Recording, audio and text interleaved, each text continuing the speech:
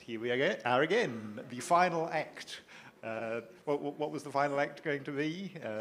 Was it, I can't remember, were we going to have, sorry? Suicide, hopefully not.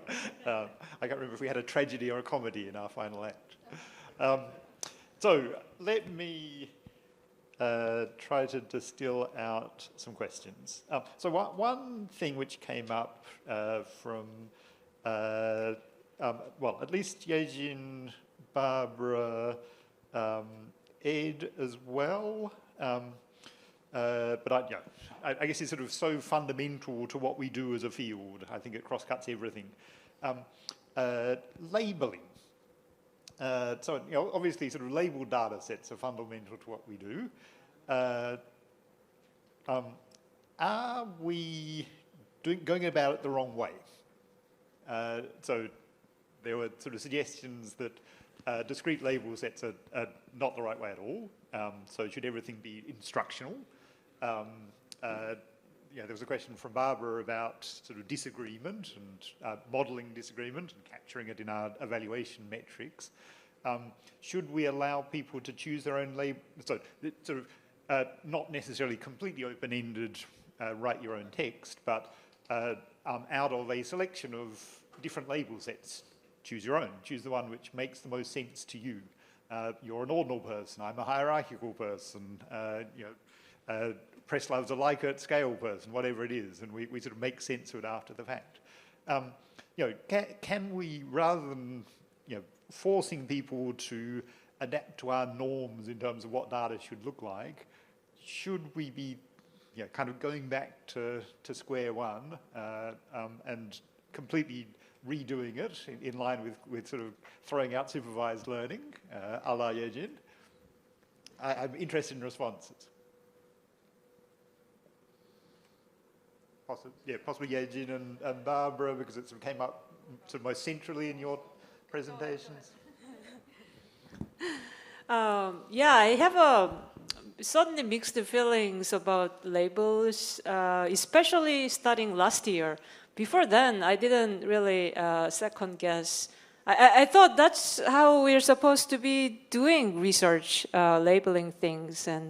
But then I realized the common sense knowledge and reasoning that I studied working on is one case in which it's impossible to create a predefined taxonomy of labels that will cover everything. It's almost as if there's just infinitely many labels that are in the form of a free text.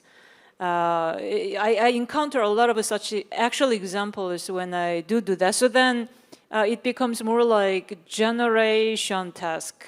Common sense reasoning becomes generation task.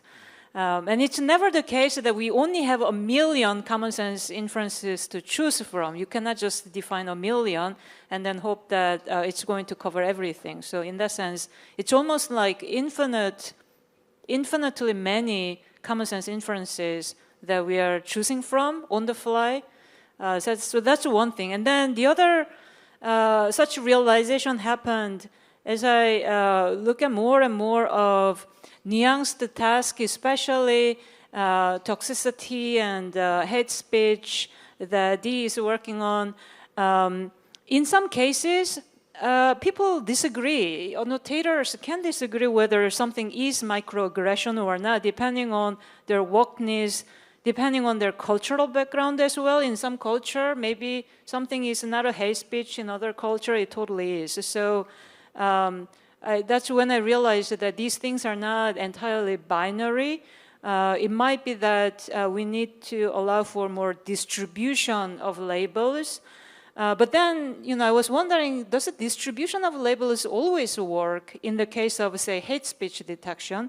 And I come to realize that that's also not the case, because sometimes I might see 2 different labels simultaneously depending on how I might interpret, or I might be able to explain why that's the case, in which case I might actually want to say both labels simultaneously but with a different reasoning, which means that there has to be, again, natural language generation as a part of the output.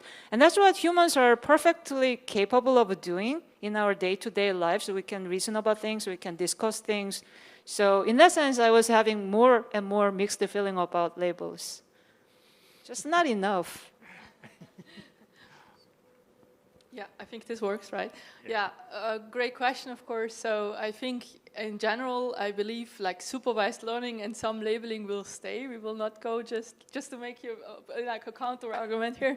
I think just going to do everything with generation type of models, sequence to sequence models is not. There, we need some tasks where there is more like a categorization system or more like a classification system. Like information extraction is one of the examples, even though you can do it as generation nowadays. So I think we will stick still with a while with labeling, but how we do it and how we then measure the quality of these labels, that's kind of what we need to rethink, I think, because we cannot just continue assuming the same annotator agreement scores, the same kind of thresholds for acceptance for all of the tasks. This is important things to clarify, but there is also a balance, right? For some tasks, there is you need more fine-grained categories, but where to stop is very, very difficult when you add a new category and so on, and this is a lot of effort. So also looking deeper onto the annotation cycles, doing several of those, going back more to that groundwork is, I think, very important. But also going to see if we can complement them with distributions or more soft, multi-label schemes and so on to get more out and assuming, okay, we have a categorization, which is, I think you said it, fluid, wasn't it that? You mentioned that at some point. Categories are fluid. Yeah, so sometimes they are fluid, often they are fluid, even almost all the time they are fluid, I would say. So we need to certainly rethink of this problem. Okay, so I'd like to add something. In certain cases, you don't want to commit to a fixed inventory of labels. So I had this situation when I was trying to interpret the semantics of noun compounds. So things like, I don't know, what is olive oil? Well, it's olive extracted from oils or olive from oils and stuff like that. But I can actually kind of paraphrase with all kinds of verbs. And then we have even at some point a shared task. We asked people to produce all possible paraphrases, kind of in all their systems. And then for something like onion tears, you get like tears that come from chopping, that onions give you when you chop them or something like that, you know. I mean, you see something very, very complex, right? And it's not really coming from an inventory. Then another interesting thing is that in many cases you don't control the labels, and it's not about you producing them, and it might be very, very expensive for you actually to produce them because it might require domain knowledge. This happens when you work, for example, with biomedical databases. So a lot of those protein-protein interactions and whatever, they are written by humans and they are not designed to be machine readable. And there are many issues with that, right? So kind of like, and yet another thing is more recently when I started working on fact-checking, there are many different inventories and different fact-checking organizations. Now, fact-checking one claim can take a day or two, sometimes a week, okay, by professionals. And most fact-checking organizations have a capacity of one claim per day or two claims per day. And you cannot crowdsource it, you cannot annotate it yourself because you are not qualified to do it. So you have to work with what is available. It is not that much it is available. It's available, I don't know, the biggest one have like, I don't know, 15, 20,000 claims, but the others have like just a few hundred, okay? And now you want to get something from, let's say, 200, 300 different organizations, but everybody has their inventory. Some have 2 labels, 3 labels, but some have kind of something much more complicated. 2 Pinocchios, 3 Pinocchios, or out of context, or mostly true, half true, probably true, potentially, and all this kind of thing. So what do you do? Well, one solution is what, I don't know, kind of, let's say Isabel Ogenstein was working on that, saying, okay, we are going to have label embeddings, and we are going to internally kind of not try to map them manually. We are going to learn from all this, and we are going to learn embeddings for the labels, and then if you want at the end, you can project into the inventory that we want to use. So, I mean, just so I can note that kind of, it's in certain situations, it's not an option. We have to work with what is there.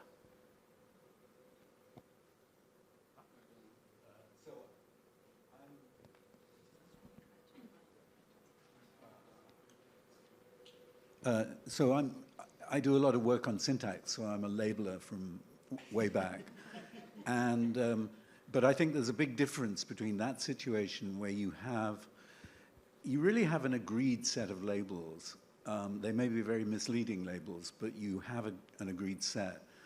And I think there's a big difference between that kind of situation and the hate speech situation, where I think that as Yejin said, the data is inherently uncertain and that the idea of labels doesn't apply.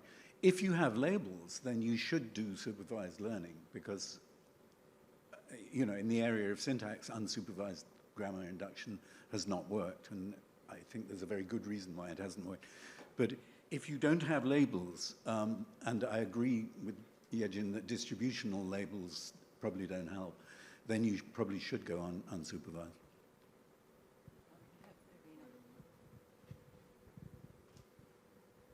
Thank you.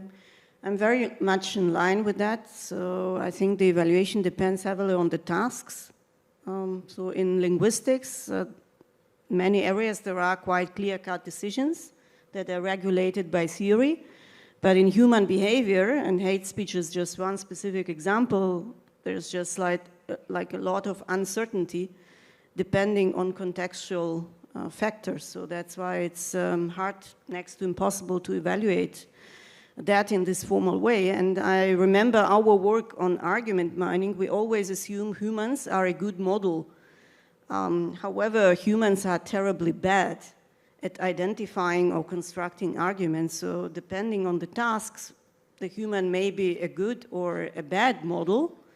And so I argue for a plurality of approaches towards evaluating the system. For example, in evaluating humans, we can, psychologists, try to measure how much the humans learn. So if you have multiple kids in a class, so some kids learn a lot, other kids do not learn well. So there are some ways how to measure the learning, the quality of the learning process, and maybe this is something we need to think more about, since we are interested in developing systems that can continuously learn. So that needs a different evaluation paradigm.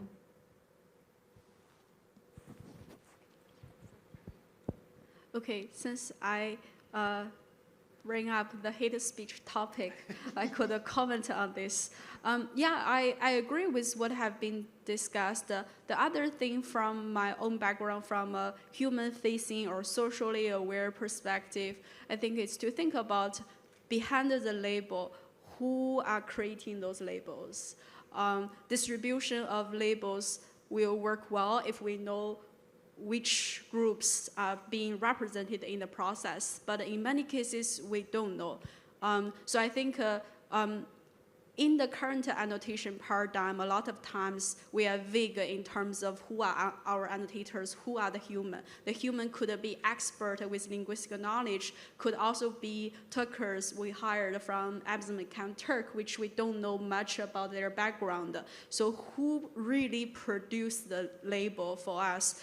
Who are representative for the task we really want to do? I think those are key questions to think about. The other thing is, since it's really uncertain, we could take a step back and maybe make it more proactive in a way that we can select who to include in the annotation process. There was a great work I shared with Barbara earlier this morning called jury learning. So the key idea is that when it comes to something very subjective like hate speech, maybe we could form a jury. There might be different people we could recruit, and they represent different voices in this process. They could be random, or they could represent certain groups or factors we care about. And then giving the policy, giving the context, let the jury decide what's the right decision for the current instance. So maybe sometimes a little bit more human-centered or proactive could be a good way to approach labeling. Yejin? I wanted to just make a minor correction about what I said. I'm not so binary about supervised learning. I am very fluid about supervised learning. It depends. And also labeling, I do label. I still create new labels, so I'm not against it. It's just I was complaining about the more single-minded fascination toward it as the correct way of doing science, because when I was in my early career, I was almost told that unless I have a high human agreement score, I shouldn't work on problem. In fact, somebody even told me that don't work on summarization problem because you cannot really evaluate it reliably. You cannot even define what a good summary is so that two people can agree upon. If we go by that way of defining NLP scope, we probably should work on primarily syntax.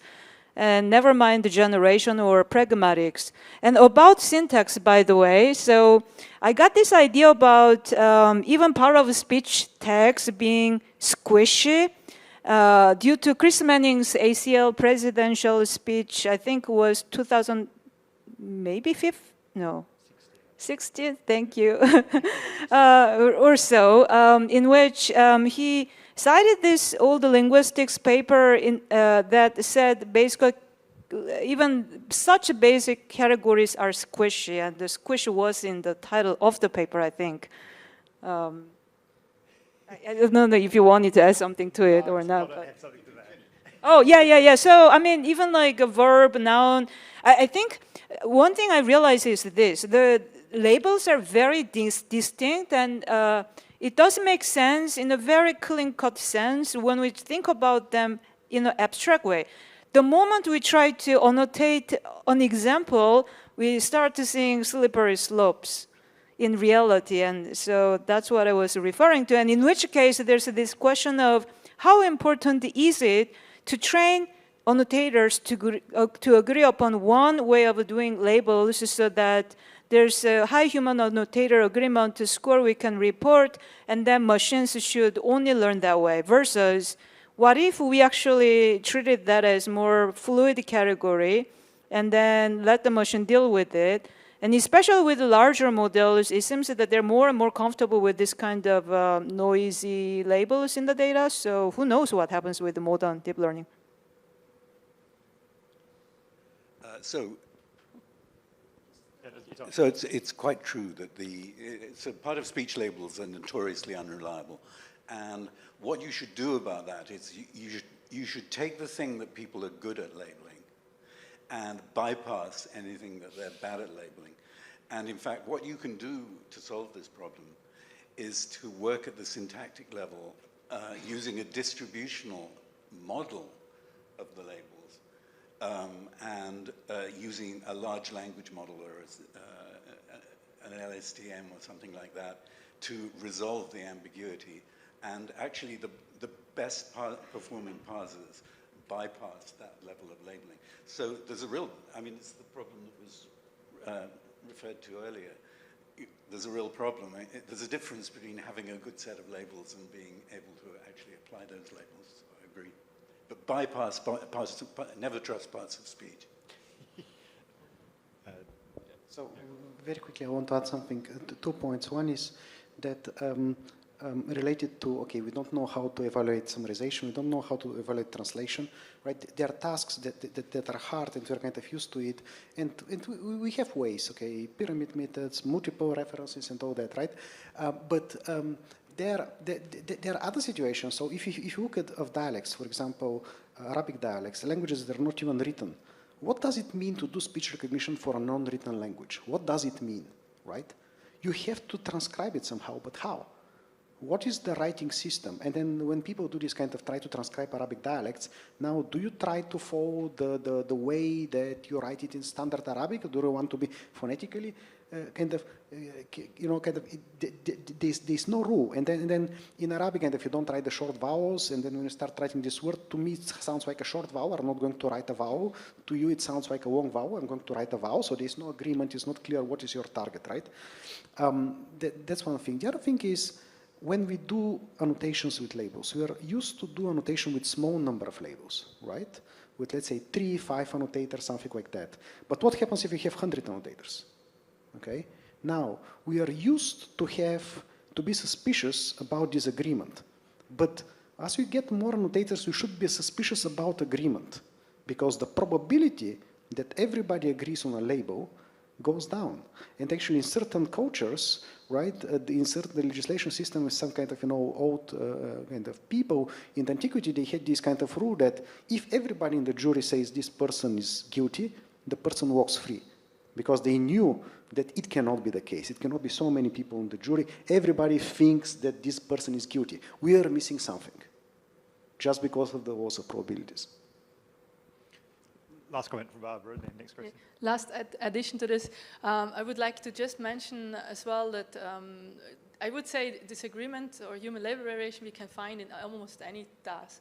So it's almost impossible to find a task where we are pretty sure there's just one single agreed label on for all labels that we give every annotator we would give it through. So, but definitely there is this amount of variation that we can find according to the task. That's important.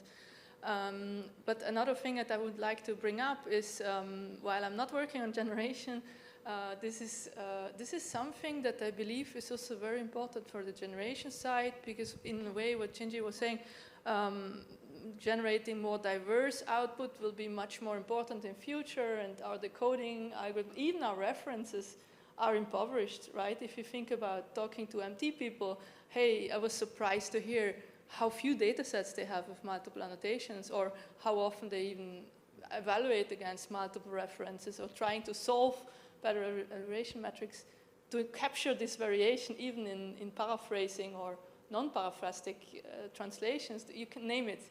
There's so much more to be done in this variation and capturing this, not just in the labeling, but also in generation models. I think this is a huge thing that hopefully we get better in the future. So next question, and it's maybe my budget is going to be 2 more questions at most. And it's a slightly squished one, so hopefully you can make sense of it, as in I'm sort of combining together lots of things. So I was sort of struck by so various comments about, Ed, you were talking about this idea of sort of deep common sense knowledge. I mean, Yejin, you were sort of talking about reinforcement learning and sort of reward signals. I mean, it sort of came up, Dee, when you were talking about sort of social interaction. It came up in Mohit's talk in terms of sort of grounding, but where am I going with this? Do we have the objective functions, the reward signals, the task formulations, whatever it is? It's a sort of, I think, a broad scope of different things. Claire, you're also talking about sort of, we need to do things at the document level. We can't just fixate on the sentence level. I think we've all sort of been sort of a mixture of amazed and horrified at how far we've got with masked language model objectives. There's a glass ceiling. There must be a glass ceiling. It's just a much, much higher glass ceiling than we might have thought. What are sort of other rewards, objectives, tasks? What are we sort of not thinking of because we're too sort of fixated on what is data settable and what is leaderboardable and what is evaluatable? As I said, it's very open-ended and somewhat squished. Ed? I don't quite know what to say. I think we have been so brainwashed into our rather simplistic approaches in NLP, and we're so happy with what we can do that we ignore the fact that most systems that do very well on standard data sets, when you put them in the real world, they fail completely. And you spend another 10 years trying to make the system really work, even though on thing which you thought was great and perfect. And that's a common story in NLP. So our little simplified data sets and things just don't cut it. So going to the real world performance from the beginning is probably a much better strategy for us. So now then you have to say, and this is something from the previous question, just why are you labeling? And if you're labeling just because you're used to labeling, that's a stupid idea. But if you're labeling because you believe for this task it's important to separate A from B, then that's a good idea, and then you must prove that it's a good idea. So I can for any task, I can make the label set, is there a T in what I'm showing you, or is there no T? Right? There's a binary classification, and we all agree it's a stupid label, right? So there are lots of labelings that are stupid or not respecting the task. But you can do lots of labels depending on what you do on the same data. There's not a single correct, truthful data labeling, you said. So when you say, okay, when we have we mustn't jump to a little task and be so happy with it and do a little labeling and do a data set and say, okay, it's done now. So now we all run after this data set and we do it and we get our little basic result and we think we're great and we have the little competitions. It's just not that simple, right? So I think that's the answer. I think the NLP has got far away from the user, actually, and we want to serve the user at the end of the day, and we evaluate on some proxy tasks that do not translate to this performance. So we have a huge bias towards big data tasks, something you can label at all, right? Because many things are very hard to label, and it's much too expensive, and you can't create a big data set. You can only work with very little data. So maybe the bias should be somehow corrected to the other way. Small data domains and user-based evaluation. Everybody hates doing that because it's a lot of work. But I don't see how we can close this gap between what we have and performance in real-life scenarios if we are not touching this problem. So that's a very fundamental question.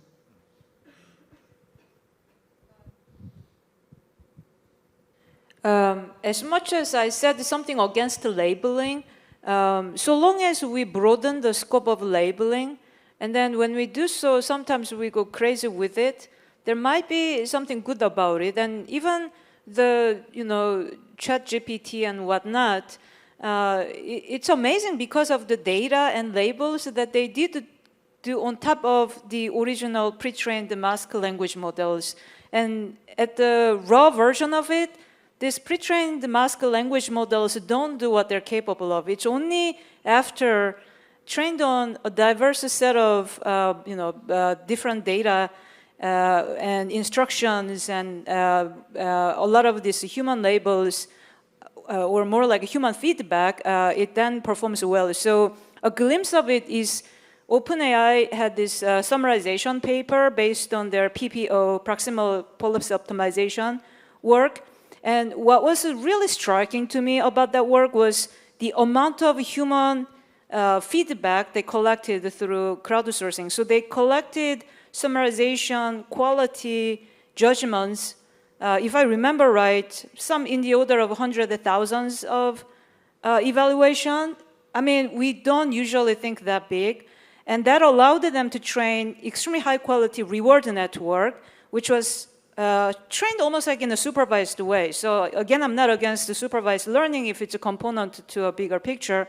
But then using the reward network, instead of having to rely on human evaluation all the time, now they are able to do more fun stuff with reinforcement learning. So I do think that when we think about labeling, maybe it's not just about sitting down and then somehow define categories that everybody can agree upon, but we might need to think bigger about what else we could label that could then maybe used as almost like objective function for the purpose of reinforcement learning or for the purpose of other things. So that's one thought there. I'll follow up on that. I was going to bring up the same paper. One problem there is that they didn't release any of their human feedback. And so to do something like what Ed wants, and I agree would be useful, taking the systems that you have and putting them out in the wild and getting human feedback that then you can somehow use maybe within this sort of framework.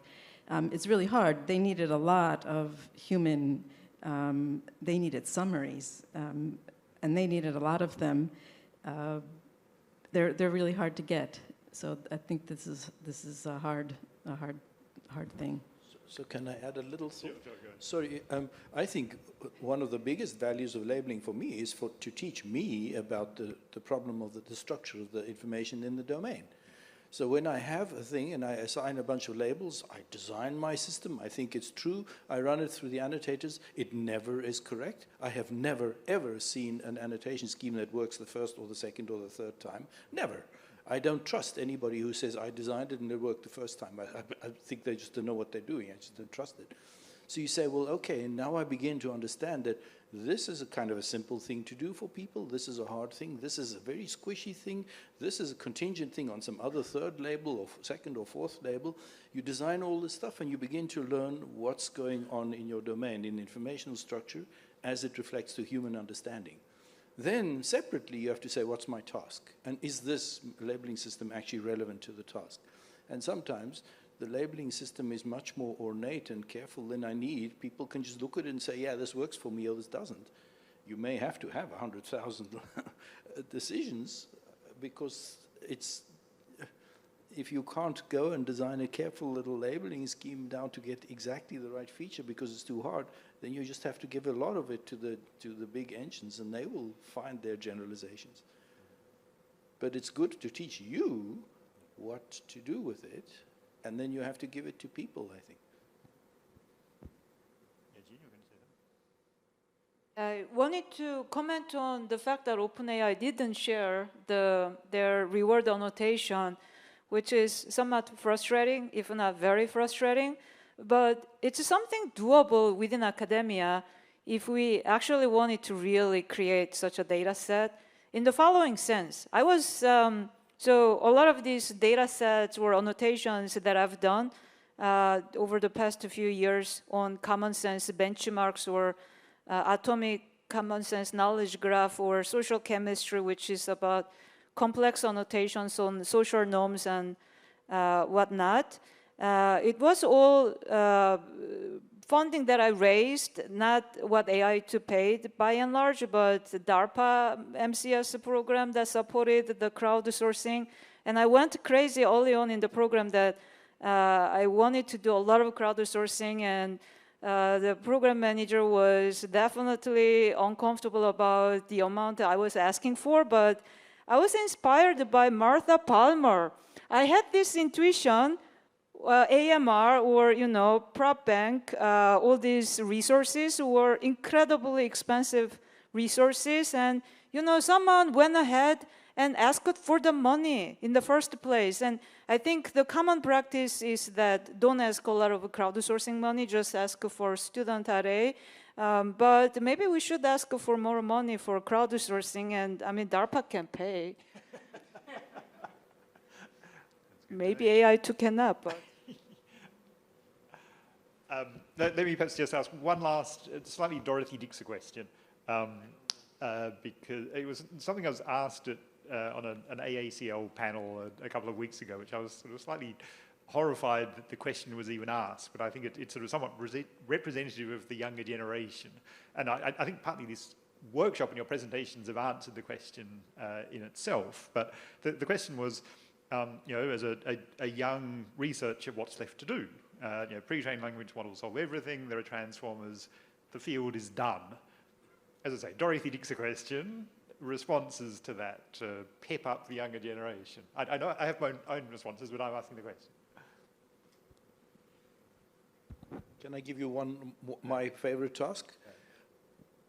Read the Wikipedia pages about World War II and summarize them, pretending that I, the reader, am a 5-year-old, a 9-year-old, a Japanese speaker whose English is not good, somebody Jewish, somebody who is an expert historian, and just a normal kind of person who has to write an essay. Make me those summaries, decide how long, decide at what level, decide all this stuff, and give me a summary, and then give it to these people, and just see how much it works. So you can do little tests and sort of questionnaires afterwards. I've never seen an NLP system that can do that.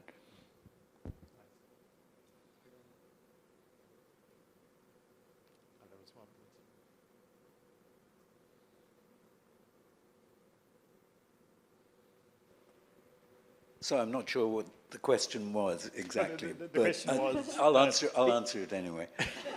Even better. I think that the most important question to address is the question of common sense knowledge that, in the form that Ed raised the question in his talk. And I don't think that any of the assumptions about history having ended with the large language models is going to solve that problem. So I think that is what you should answer. And also to warn people in connection with the last question that intrinsic evaluation, as Ed said as well, is for telling you whether you're doing any better than you were yesterday and comparing yourself with others by releasing the evaluation data set. But being the head of a leaderboard on that data set is just a waste of time.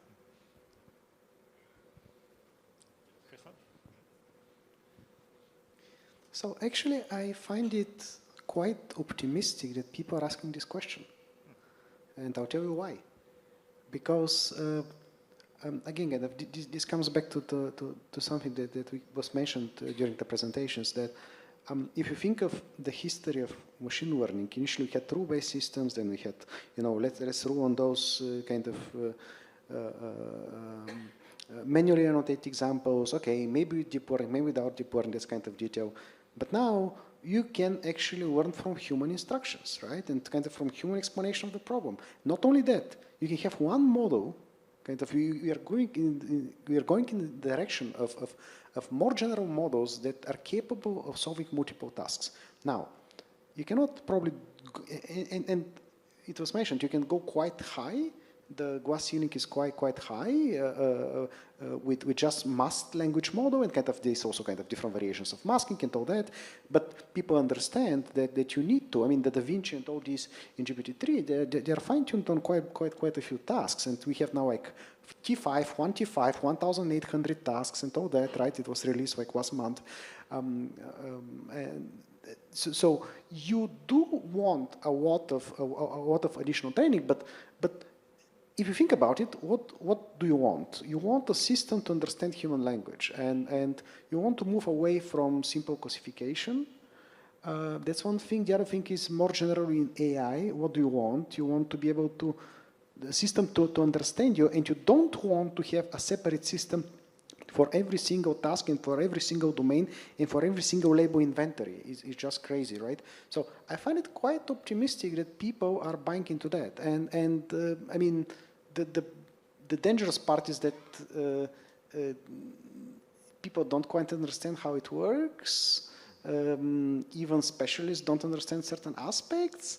And we all understand that this is some kind of magic and this kind of magical thinking. This is the dangerous part. But I like the idea that we do have now a model that can solve multiple tasks. And this is, I mean, that might, and I think that this has opened a very interesting research direction. It might be, I don't think that the transformers are the end of history for NLP. Actually, I have written an article that has this kind of transformers, the end of history for NLP. That was the title, right? So anyway, so I mean, I think that would be the same like Fukuyama declaring the end of history, you know, after the fall of communism, because nothing interesting is going to happen from now on, right? I mean, and we see that things are happening. So I'm sure that it will be the same in NLP. All right, so I would say there is still a lot to be done, and I would encourage people to work on edge cases, like working with little data, or actually even more broadly re-question the assumptions we take at the current stage. Like, there's so much to be done still on, you know, byte-pair encoding, how we tokenize, and okay, there are some approaches, but why that? And question these assumptions. Similarly to the human liberation, right? We take this assumption, or why do we take this assumption? So going back to these questions that we take for granted, similarly like data, I really like work more in data difficulty levels of like these data maps that we heard about today. So there's much more in that space than in just the modeling itself and trying to find a new transform or whatever, 5.0. Yeah, maybe adding on that, for such students who feel intimidated or depressed by the extreme scale neural models, the art of the war. I mean, choose your battles, like, you know, work on edge problems or hard problems, and then know your enemy, meaning know how to fail make a trick GPT-3 or ChatGPT, whatever, fail at your favorite adversarial questions, and then think about how you might address it differently, and then innovate your weapons, so algorithms and data. I mean, there's just so much more we can do. It's a really exciting time, especially because there's something beginning to really work, and promise, I mean, like, trust me, it's a more exciting time now compared to when I was doing PhD, when a lot of us were doing feature engineering. Yeah. We had fun, Yejin. I was having fun with you. But I mean, you know, I would suffer so much trying to make features better, and then it does do somewhat better, and it was hard making the sentiment analysis work. Yeah. Very so hard. I think that a response to this student, I guess it was a student, of course. They're just not thinking that creatively, and so if you need problems to work on and think that everything works well in NLP now, one fun thing to do, and actually a bunch of the open problems that were raised, EDS for sure, scripts, plans, goals, where does that come from? Go back and look at the old ACL papers, and you'll be amazed at the difficulty and the breadth of the problems that were getting looked at, and that couldn't really be handled. So people would design a system that handled a single document. That's their PhD thesis, but we haven't been able to go back to those and really do the right thing. So I'd say there are thousands of problems. I want to say something different. Okay, I share the same concern as what this student is asking, maybe because we are all the young generations. I think many things are real and true. The pressure is real. The pace of research is real. The impressive performance of all these big models are real. We talk about, I think first, a lot of the research we are talking about today could provide potential directions for the next step. But think about something different. For example, edge cases such as bias or fairness issues. I know a lot of students were working on that, trying very hard at the biasing techniques. And then ChatGPT came out. You see that bias deduction got reduced a lot. And then you could have creative algorithms next month or maybe next week. GPT-4 came out. All your research are there. So you are not a state of art anymore. Yes, you understand something. So I think there are just like a lot of practical parts that are real. And this is not something I think can be easily resolved. But then on the other side, I feel like this is an inflection point. This is an inflection point. Maybe it means this is time to change what we mean by a good research direction. And this is maybe some resources I think the community could offer to help people navigate this real emotion, real concern, and real struggle with this type of environment. So basically the question is how to design a good research agenda in the time of large language models. So to paraphrase that a bit. So there's, for example, one wonderful topic, efficiency. The models get larger and larger, but they are inaccessible, they are too expensive, and there are many issues. So perfect topic for academia, how to have all this great performance, but with much less resources. And I'm sure there are many more research questions like that to identify, to make useful research.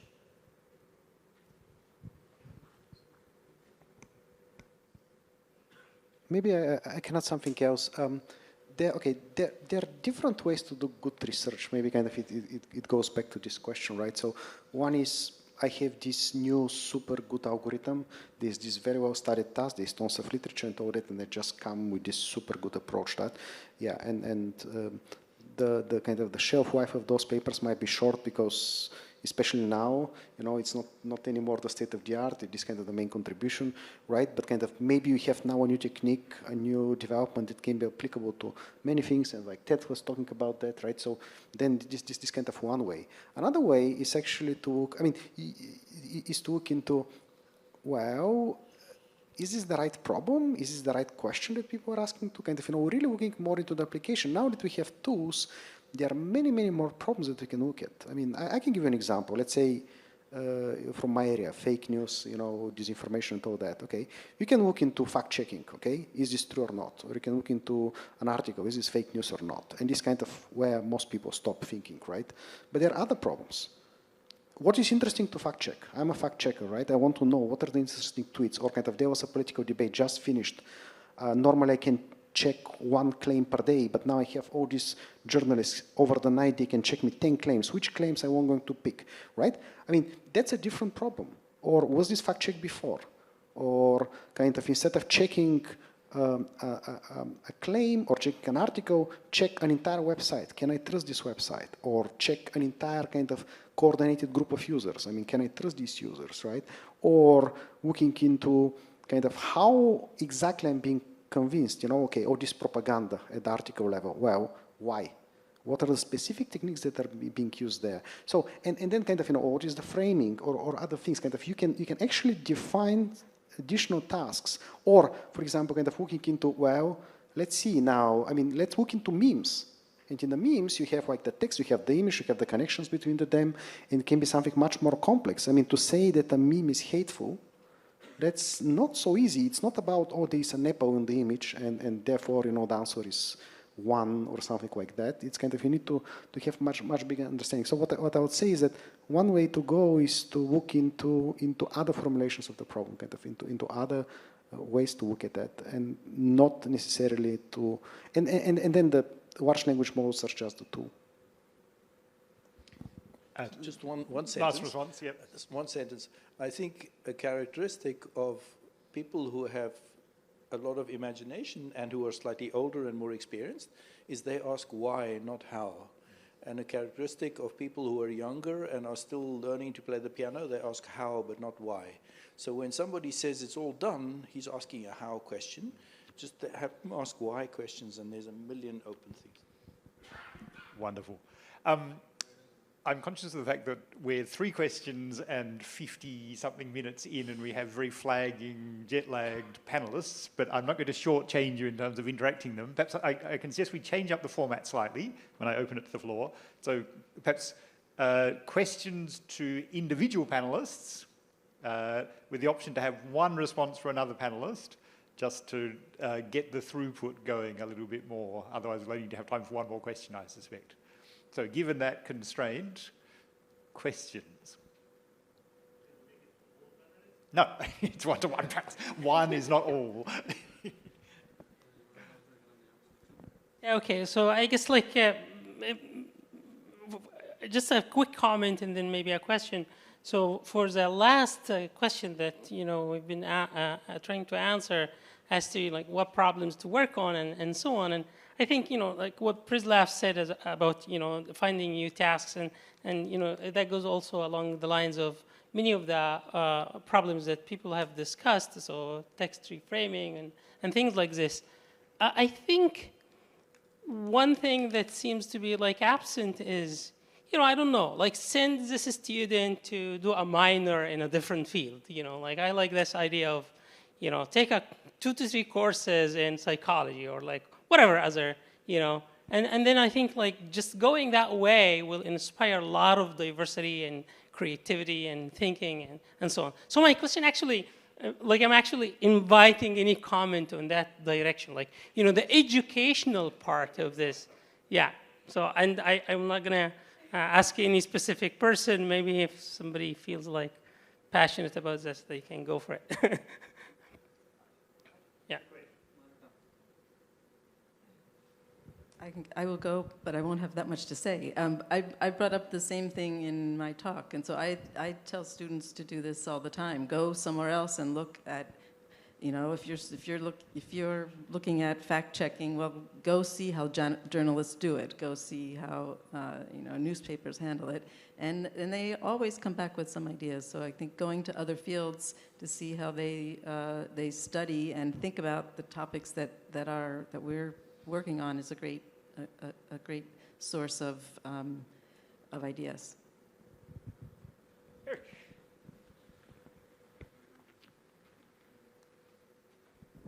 I rushed back to the workshop because I do have a question I want to put in front of the experts, right?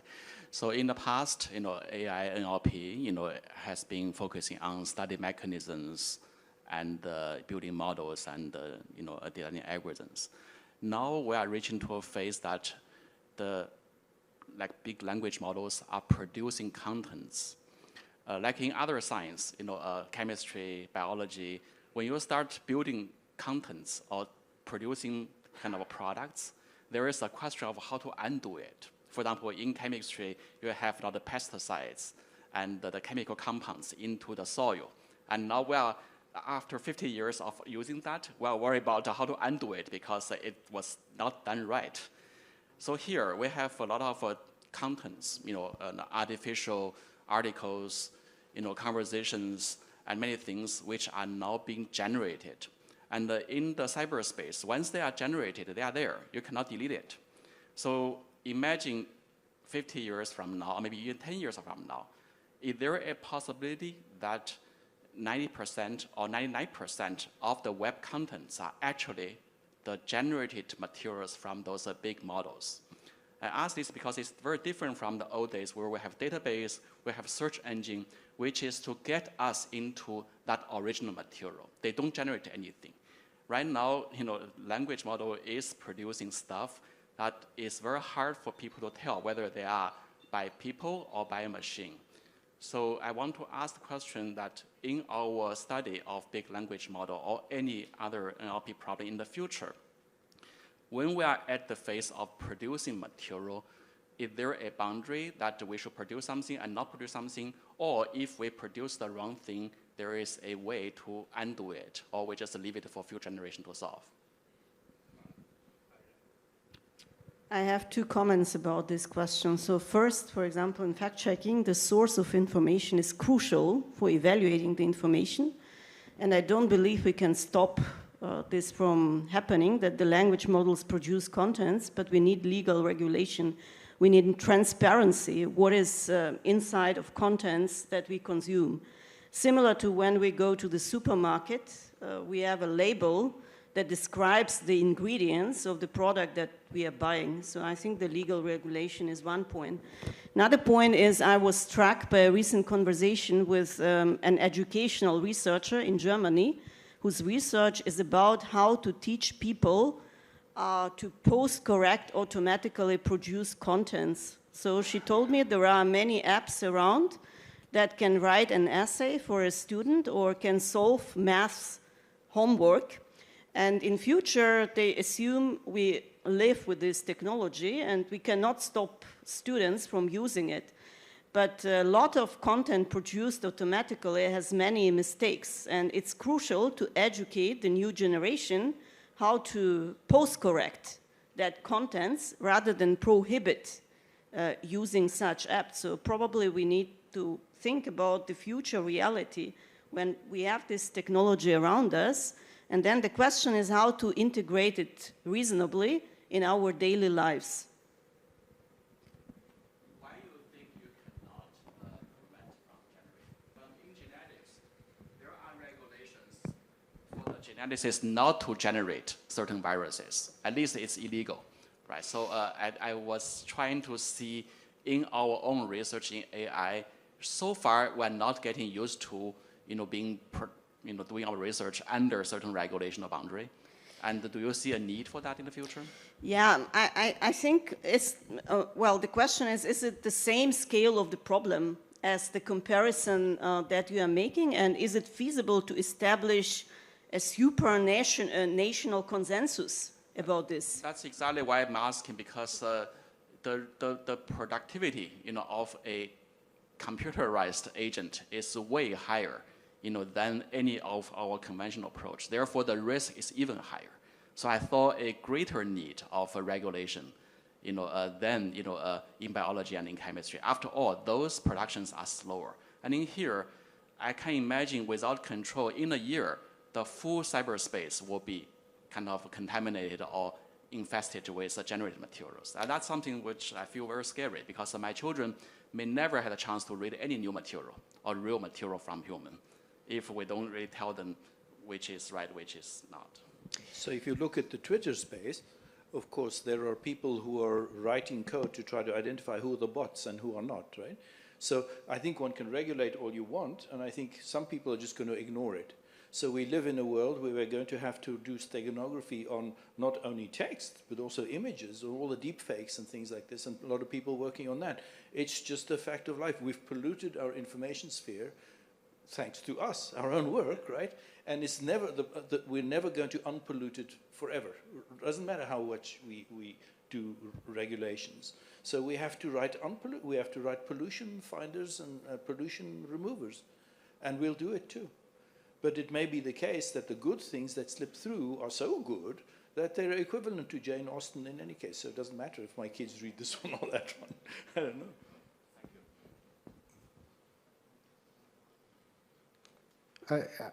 I think that one thing that we need to be asking, right? I mean, okay, so I agree that we cannot really stop it. I mean, we can stop it in certain countries, we cannot stop it in other countries. And, if the internet remains open, if it does not disintegrate into national internets, right, I mean, kind of it's hard to do it. So you can limit it. You can limit many negative things, right? You can put things under control. Spam was a big problem 20 years ago. It's not a problem anymore, because everybody agreed that was a bad thing. Now, does everybody agree that fake news is a bad thing? Does everybody agree that computer-generated art is a bad thing, or computer-generated, fake user profiles and all that? I mean, fake images are great for advertisement campaigns or for many other things. So kind of there is good uses. I think that the defining thing is it harmful or not? And if it's harmful, then we should be concerned. Actually, there can be a good use of this technology. And, if there is an automatic program that is going to generate for me a summary of what happened in the last soccer match yesterday, or what happened in the stock exchange, be it. And this is a technology that has been there in the major newspapers for years, and nobody has complained about it because it's harmless. So, I mean, I think that we should look into the whether it is harmful or not. And this is something that has happened, for example, in the fake news space. People initially were talking about fake news. What is fake? Well, sounds like false news. Focus on factuality. Then people realize, start talking about disinformation, something that is both false and harmful. And more recently, people talk about infodemic, where the focus is only on whether it's harmful or not, and whether it's true or not is kind of secondary. And I think that now with the we are kind of going into kind of being concerned about, to me, the equally important, if not the more important problem. Is it harmful or not?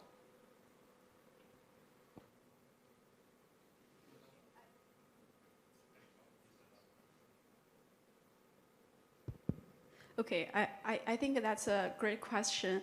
I always think about this as well. Not only just like passive reading information online and then the fake information there. I think it's an existing issue already, even before large language models. We have bots, we have all this kind of, even like humans who are employed to write content online. So the cyberspace is already full of sort of spam and trash. So this is not a new question. The new challenges that might be introduced by large pre-trained models, to me, I think there are two. First is that if the data gets polluted enough, then all the bigger models we are going to train will be based on this type of fake or spam content. That's going to create a greater threat to the society. So that's one part. I think either by having some additional models to tell whether the information is of good quality or not. The other thing is, I really like the copyright thing that DALL-E 2 has. So basically, there is a signature associated with any generated content. I don't know whether it is possible from a policy or regulation perspective to give a signature for content or disclosure for content that generated. So that might provide one thing. The other dimension is more about how to use. So passive online content reading is one action. what's more dangerous is this interaction level. Think about, I really enjoy this workshop. I'm going to write an email to a team using ChatGPT in a very touching, very sincere way. Will you be thanked in that way? If I don't tell you, if I tell you, how would that influence all the dynamics? How would that create a disruptive consequence to all the humanities? I think that's a bigger question. Okay, Shadi, I think you had a question.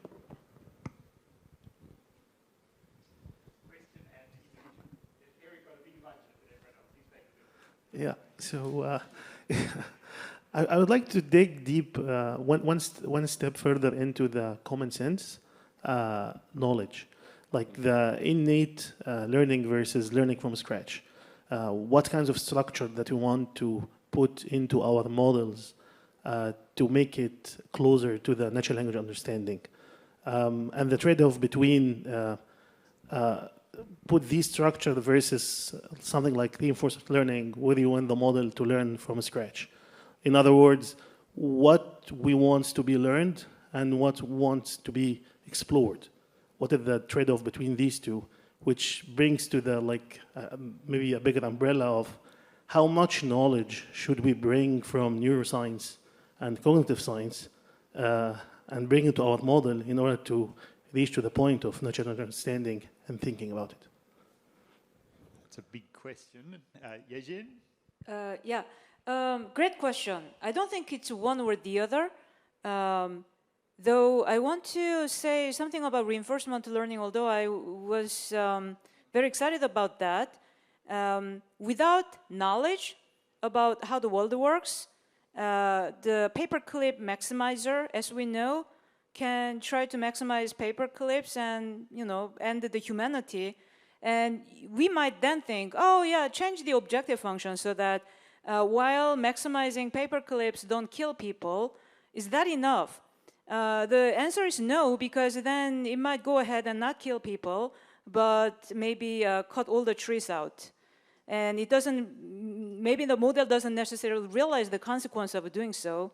And it's only common sense knowledge that we already know that, of course you shouldn't do obvious things that's going to destroy the environment entirely.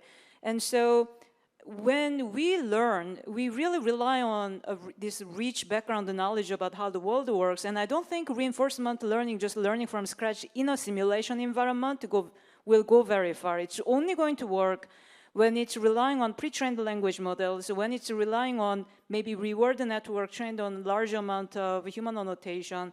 Maybe simulation data might help to some degree, but that alone doesn't really go very far. In fact, I noticed that a lot of reinforcement learning people who used to think language is not relevant for them started using pre-trained language models as some kind of guidance for their policy learning.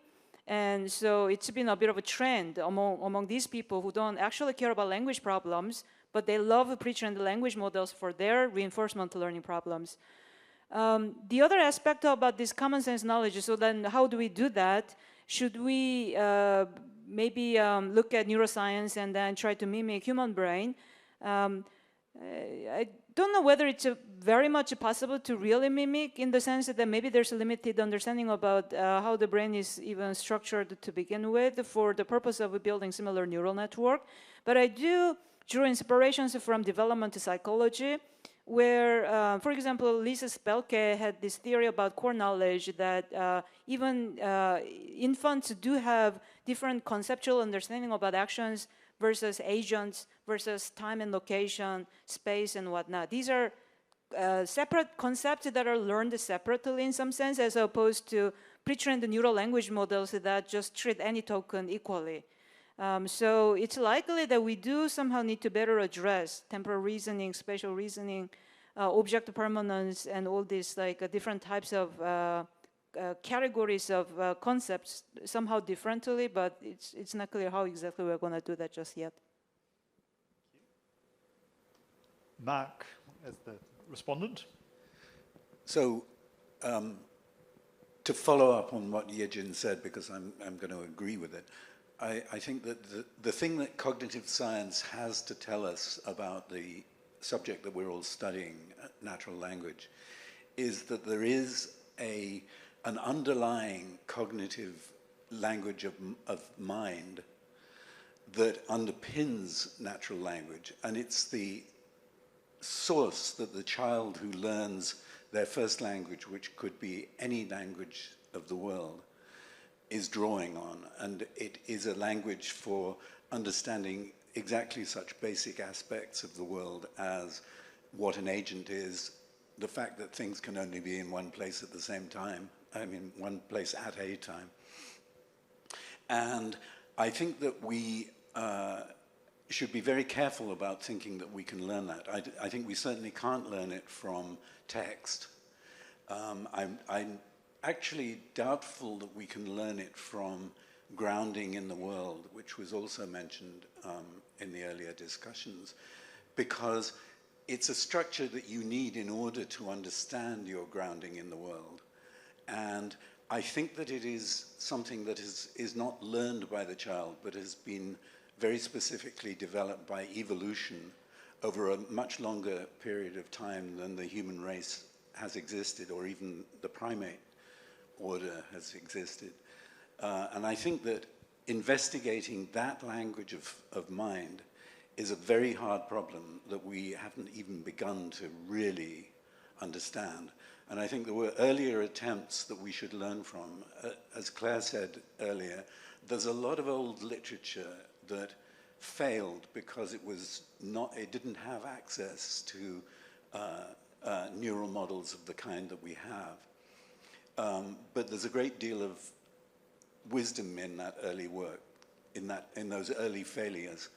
The topic of co-reference was mentioned. I mean, I think that is something that is at this level, and where there are some good old ideas that we could bring into our very crude span-based models of co-reference that we're using at the moment that, as in an earlier discussion, really won't scale to a lot of the problems that we need them to scale to, such as long documents or dialogue, which is a kind of long document. So I think that's what cognitive science has to offer to the position that we find ourselves in now. So Mark, can I follow up on this? So imagine today when you start a new training session, you have your big machine, you randomize, right, and you train. Imagine tomorrow, instead of doing that, you preload some fundamental framework concepts or something, and anything you train on top sort of gets interpreted in those lights. What would you put in there as the fundamental framework stuff? So what comes to my mind is something about time, right, the temporality, right, something about space, and something about not occupying the same space at the same time, and things like that. Something, as Jejin was saying, about agency versus patiency, something like that. Something about elemental nice and elemental not nice, sort of the basic sentiment poles, right? Something about that.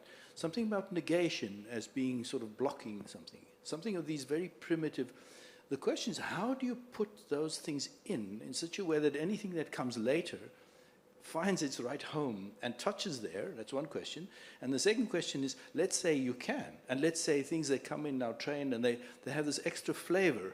There's the red zone and the green zone and the blue zone, and now you train this machine, you've got GPT-3, but every little thing in there has a slight redness and a greenness and a blueness and all this stuff.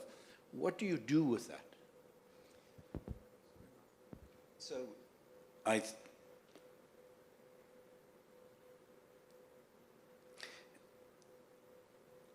think that we do have one thing going for us, which is whatever the semantics of real languages that we experience shows us.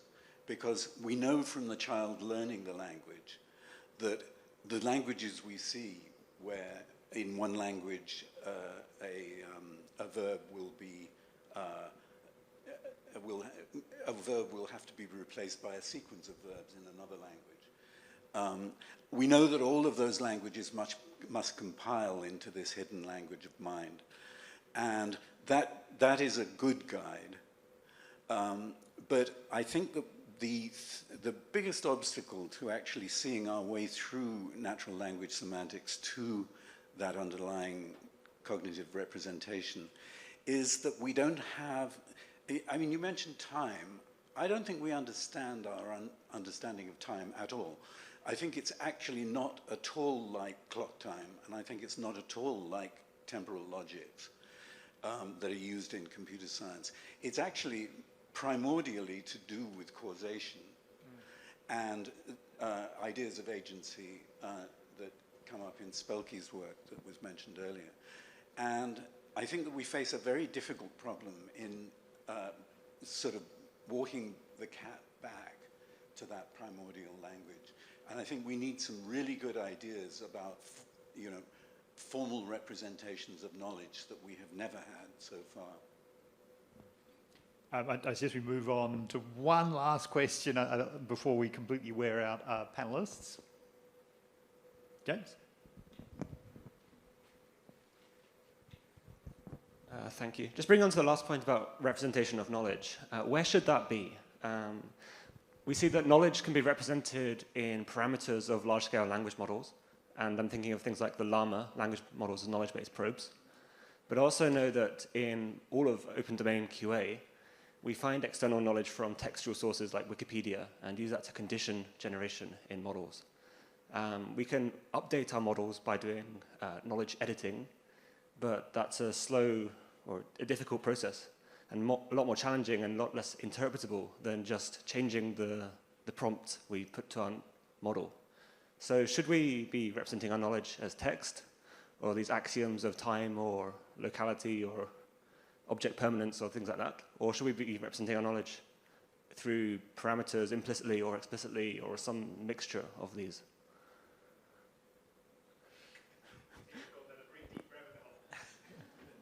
I might dare to do this. Yeah, that's an interesting question. So I do like the idea of using language as the medium of intermediate, to some degree, as a medium of representation, because at least we understand what that means, so that you can introspect what the machine knows and even being able to make some edits to it. Whereas the moment we define yet some other language, maybe, you know, some like symbolic redefinition of all the conceptual understanding about how the world works, we just miserably fail is what actually happened many times over and over. So I don't believe that there's any other language that we are capable of creating that's equivalent to natural language. And then there's, of course, knowledge that's not easily expressible by natural language, so that's one challenge. Even like time, we can describe a lot of knowledge about time and, you know, how long a conference typically takes and what happens in between, and this is very much like event script knowledge and all that mixed with the understanding of time. But that's not how necessarily what the underlying neural representation will look like, and it's not clear how it should look even, but it seems to me that at least the input-output of that learning experience might be in a great deal in natural language. And in fact, humans learn that way too. Like, we don't know how we store knowledge, but we do learn through language a lot, input-output, and ask questions even. So I envision, like, just dream about wishful thought that one day neural network can actually ask clarification questions, or even being able to really ask a deeper questions about what it doesn't know. But that seems pretty far. I don't think GPT-4 will do that.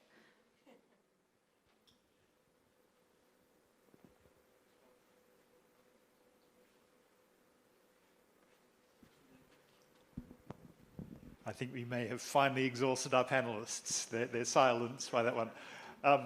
At the start of this workshop, I joked about going until 8:30. It was meant as a joke. It's now almost 6:30. We've gone on an hour longer than what we were supposed to. As much as I would like to go on until 8:30 or 10:30, I think that might be stretching the patience of our amazing speakers. So with that Please join me in thanking all of our speakers again and panelists.